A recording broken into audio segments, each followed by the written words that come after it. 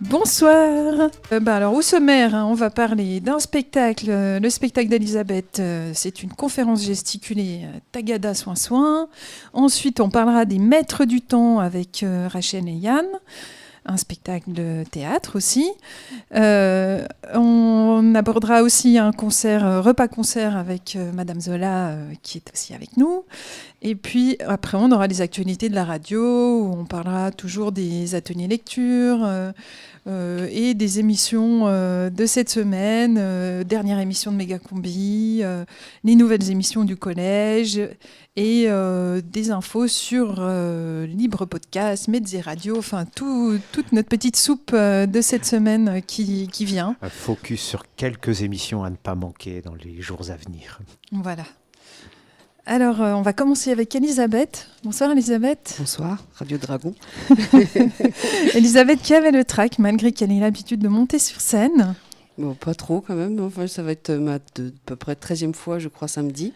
D'accord. Depuis le mois d'octobre. Donc c'est tout neuf dans ma vie. Avant, j'ai exercé le métier d'aide-soignante, le merveilleux métier d'aide-soignante. D'accord, donc d'où l'expression la Tagada soin-soin pour ta conférence gesticulée. C'est ça. En fait, le titre entier, c'est Tagada soin-soin, les astuces de Sioux d'une aide-soignante à l'hôpital du commerce. Waouh. Ouais, voilà. Je pense que tout est dit dans le titre. Et donc, ce sera samedi soir à 20h30 au Poulailler. Et il s'agit d'une conférence gesticulée. Alors, peut-être tu vas nous expliquer un petit peu ce que c'est une conférence gesticulée, parce que c'est peut-être pas très clair pour tout le monde. Alors, une conférence gesticulée, ça met le savoir froid, donc du savoir institutionnel, donc les lois, les actualités et tout ça, et du savoir chaud. Moi, pour ma conférence, je parle du métier d'aide-soignante que j'ai exercé pendant à peu près plus de 20 ans. Donc, tu pars vraiment de ton expérience personnelle, Oui. de tes expériences, de ce que tu as vu, et Oui. tu rajoutes à ça Les lois. voilà, les lois, et d'accord, et des analyses plus Politiques, d'accord. Excellent. Et ça veut dire que tu t'es formé pour faire ça ? Oui, je me suis formée avec l'Ardeur, donc j'ai eu comme formateur Franck Lepage, Lepage. Thierry Rouquet et Anthony Pouliken. Je vous conseille d'aller voir leurs conférences, qui sont vraiment, on peut s'émanciper avec tout ça, quoi. Et on peut peut-être s'émanciper aussi du capitalisme, enfin pas peut-être, moi c'est mon but. D'accord, donc il y voilà. a derrière tout ça, il y a l'idée d'éducation populaire et d'émancipation, de se réapproprier. Notre pouvoir de citoyen et de pouvoir économique, tout à fait. Et dedans, je parle du salaire à vie de Bernard Friot, Réseau Salariat. Alors moi, je ne connais pas. Marc, oui. Je vois que tu... Oui, je connais bien l'œuvre de Bernard Friot, mais avant d'aller sur ce volet plus économique et social, peut-être votre expérience personnelle. Vous avez quitté l'hôpital public, oui. Et cette volonté de passer à la scène, en quelque sorte, c'est pour témoigner de ce que vous avez vu ? Oui. Oui, avec une expérience, qu'est-ce qui vous en reste aujourd'hui c'est ancien Non, j'ai démissionné de l'assistance publique Hôpitaux de Paris en septembre 2017. Ah, c'est tout récent. Tout à fait. Ouais. Et en fait, un jour, je suis arrivée et je me suis dit, tiens, c'est là que je vais me pendre. Donc, je me suis dit, non, je vais faire autre chose. Donc, du coup, parce que ma vie vaut mieux que leur profit. Donc, j'ai fait une conférence gesticulée. Vous avez exercé combien de temps en tant qu'aide-soignante ?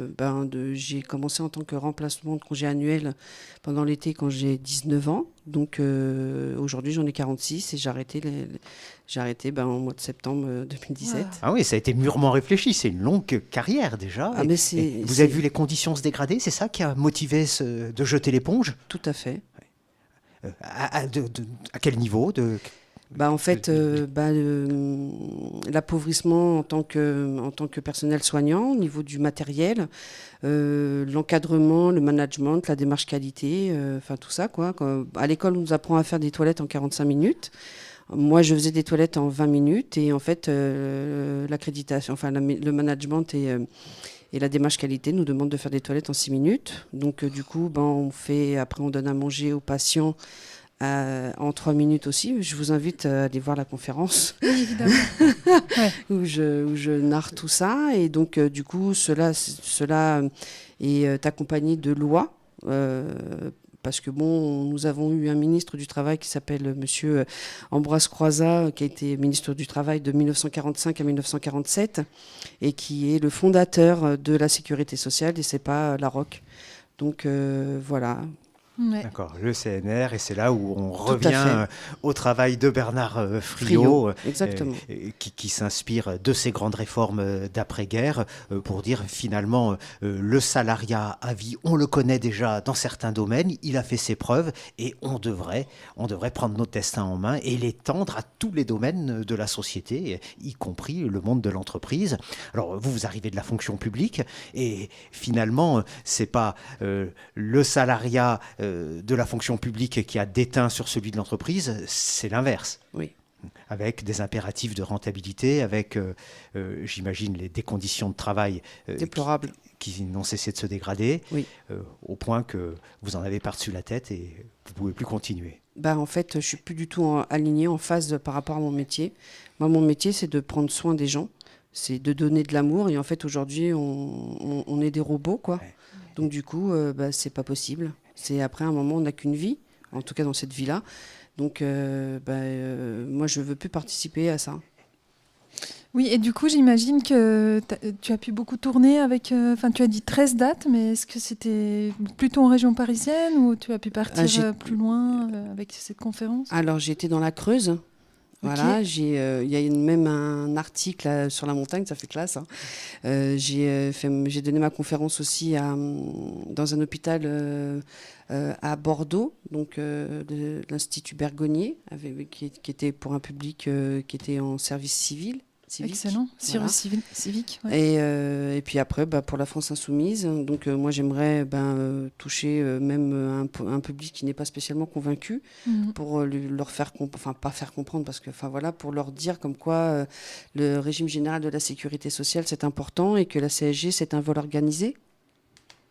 D'accord, donc oui, tu as tout un discours politique, mais qui se traduit en fait par ton expérience de 25 ans d'être soignante. Et donc, j'ai l'impression à t'entendre que oui, l'avantage, c'est que si tu n'es pas en train de faire un discours politique, tu es en train de rapporter une expérience vécue, et que c'est l'idée de toucher peut-être des gens qui justement ne connaissent pas ces situations.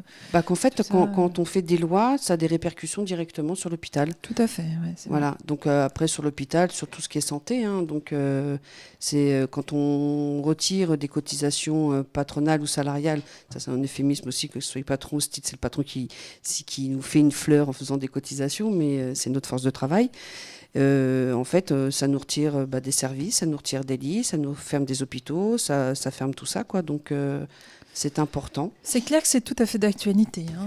Et vous essayez, après ce témoignage de votre expérience, de rendre accessibles les propositions de Bernard Friot et de ce revenu, de ce salariat généralisé Oui, ça fait partie de ma conférence. Oui. D'accord. Oui. En quelques mots, vous pouvez donner des pistes En fait...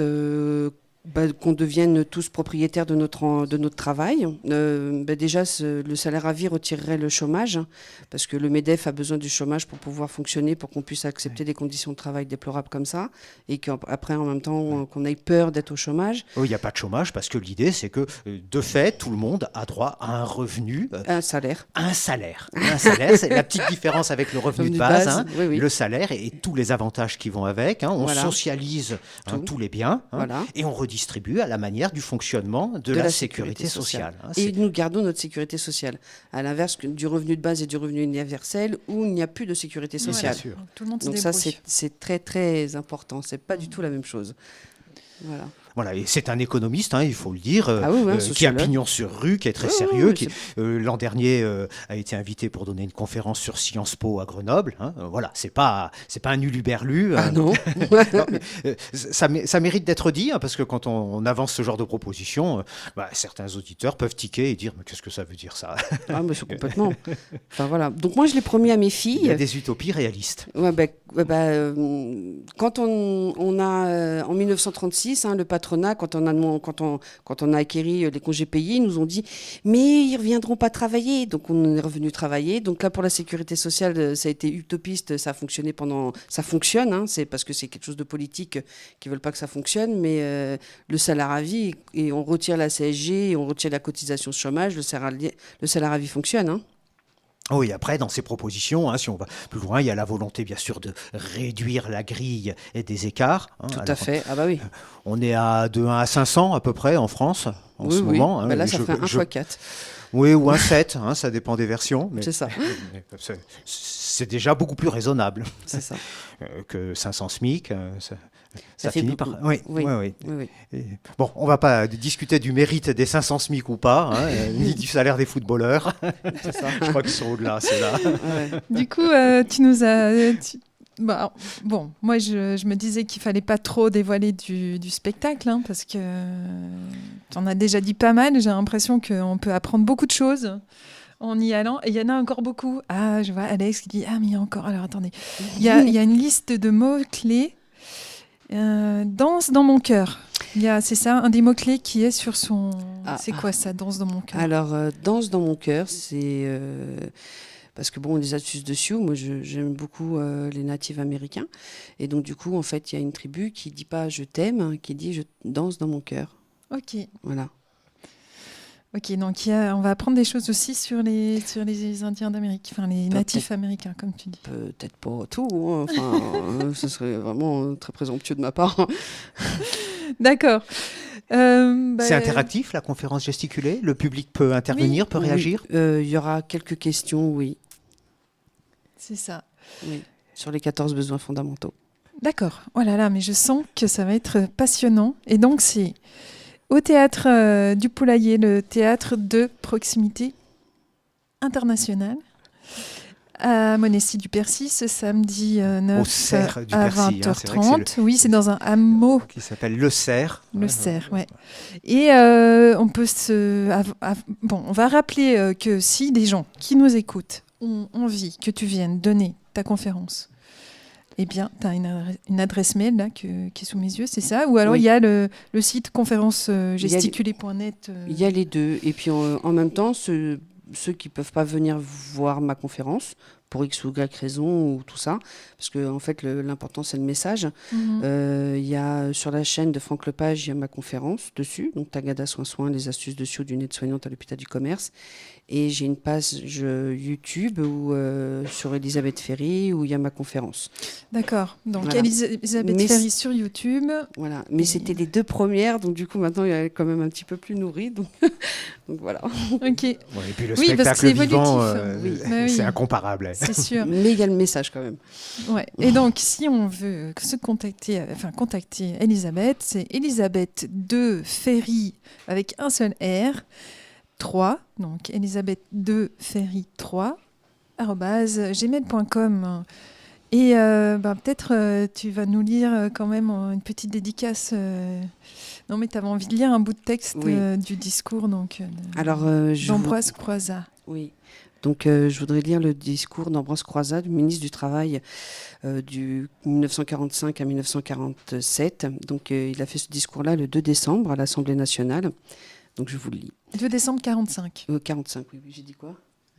Ah d'accord, le 2 décembre 45. Le nouveau système de sécurité sociale que nous établissons dès aujourd'hui est à prendre dans son sens le plus large, qui dépasse la simple protection sociale de santé ou de maladie. Notre ambition est désormais, par le nouveau système, de mettre toute la vie de l'individu en sécurité sociale. Désormais, nous sécuriserons toute la vie de l'individu, de la naissance au décès. Ainsi sont prévus pour une enfance digne un doublement des allocations familiales, la création d'une prime prénatale, une allocation de salaire unique, du doublement du congé grossesse. Pour l'adolescence, nous prévoirons, outre la sécurité sociale, les lois sur l'apprentissage professionnel. Pour l'entrée au travail, seront améliorées les conventions collectives doublées d'une prévention dans l'entreprise avec reconnaissance des maladies professionnelles. La loi sur les heures supplémentaires, la création d'une caisse d'intempéries du bâtiment qui n'existait pas. Enfin, comme une enfance digne ne va pas sans une vieillesse heureuse, et pour une retraite qui ne soit pas l'antichambre de la mort, mais une nouvelle étape de la vie, nous attribuerons une allocation importante à tous les vieux travailleurs. Donc en fait, aujourd'hui, tout ce que M. Ambroise Croizat a créé veut que ça soit annulé. C'est en risque, tu veux dire, c'est menacé. Tout à fait, oui. Voilà. Et on est en train d'effacer cette personne, cette merveilleuse personne à mes yeux qui danse dans mon cœur. Et en fait, c'était un communiste et un cégétiste qui était ministre du Travail. Qui a travaillé dans les mines. D'accord. Eh Voilà. bien, beau programme que de défendre ces acquis sociaux Conquis. contre Alors conquis.